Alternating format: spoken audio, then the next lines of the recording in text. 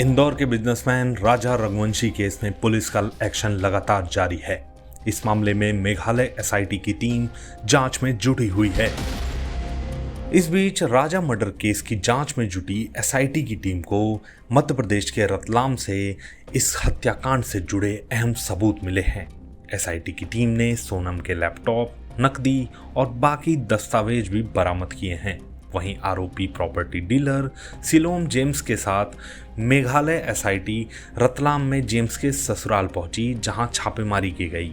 James ने गहने, laptop, नकदी और अन्य दस्तावेज रतलाम में अपने ससुराल में पहुंचा दिए थे।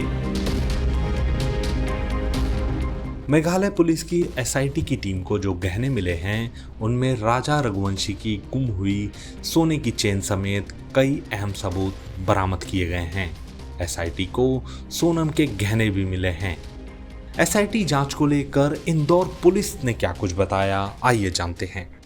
राजा रघुवंशी मर्डर में जो एसआईटी की टीम, शिलोंग की टीम परसों आई थी यहाँ पर और क्राइम ब्रांच के को इन्फॉर्मेशन दी थी। उनके क्राइम ब्रांच के जो एक टीम लगाई जाकर और उनकी इन्वेस्टिगेशन में मदद कर रहे थे। और कल ये टीम रतलाम गई थी और रतलाम में इन्वेस्टिगेशन पॉइंट ऑफ व्यू से कुछ एविडेंस कलेक्ट कर रतलाम पुलिस की मदद से वो इंदौर आ गए थे कल नाइट में और संभवतः आज शाम को रवाना होंगे। अभी फिलहाल शिलोंग की एसआईटी टीम यहाँ पर इंदौर में रुकी हुई है और इन्वेस्टिगेशन के लिए लोगों से पूछताछ कर रही है और इन्वेस्टिगेशन कंप्लीट करने के बाद संभवतः आज शाम को शिलोंग वापस निकल जाएंगे।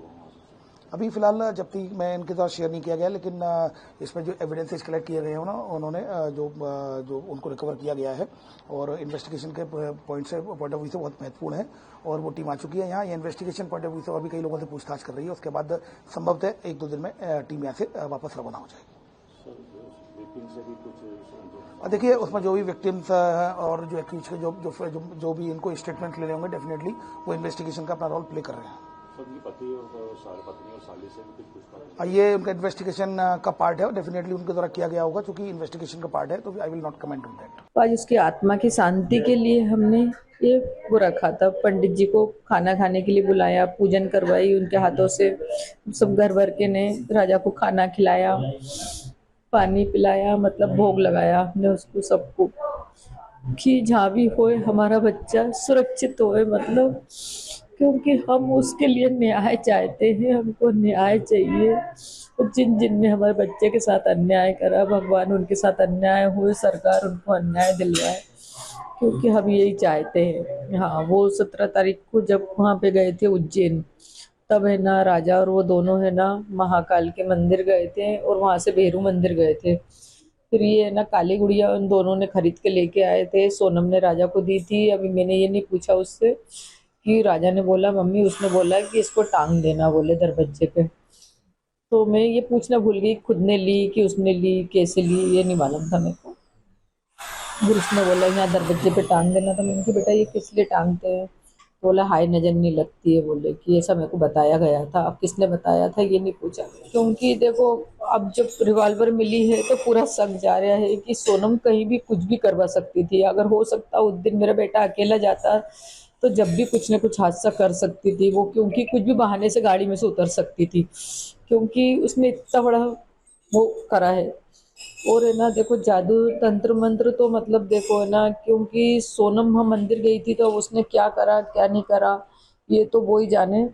और मेरे बच्चे को मतलब है ना हत्या जैसा तो पूरा वो दिया ही है, क्योंकि पीछे से बाहर कौन करवाता है।